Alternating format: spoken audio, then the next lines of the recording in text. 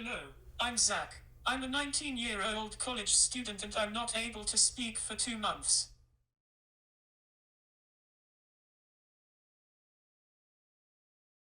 I can take you all the way back to March 2019. I was on a mission trip and blew out my voice. Since I am an aspiring worship leader, instead of taking time off, I tried to keep pushing myself, and from that mission and on, I thought I sounded horrible, but I kept going. Around June of that year I started to experience extreme pain in my throat and neck. I went to the doctor and found out I have vocal nodules on both vocal cords. I took 7 months off to rest and go through therapy.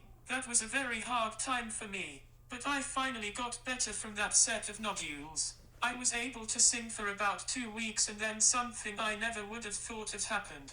I experienced even more pain than before. I found out I have another nodule and a cut from the previous nodule. For me not to have surgery, I have to be completely silent for 2 months. My main ways to communicate have changed from the beginning of this time. I started with a whiteboard. I ended up losing the whiteboard, so I had to switch to a huge game of charades. A lot of people who are consistently around me have gotten really good at weird hand motions. Guitar. The piano guitar thingy. Bass. Piano. Drums. Harmonica? I'd say the hardest part of not being able to speak is that you're always in your head and can't really express your emotions. I don't know about you, but everything that goes through my head is not positive toward my well-being. It's very hard to stay positive when you are alone with your own thoughts. So the first 2 weeks of this time of silence broke me apart. I lost my passion for worship and was one button away from dropping all my classes. My therapist, after finding out the condition of my vocal cords, asked me if I would consider doing something else for a career. That has never left me. A little over a week ago, I sat down with the worship director at my church and he asked me how I was doing. I broke down and said, well, it could be worse. The conversation ended up with him sending me a sermon from a well-known worship leader from vertical worship. Her name is Meredith Andrews. She talked about how God will use the trials we are in to strengthen the kingdom work we can do. With that, she talked about waiting.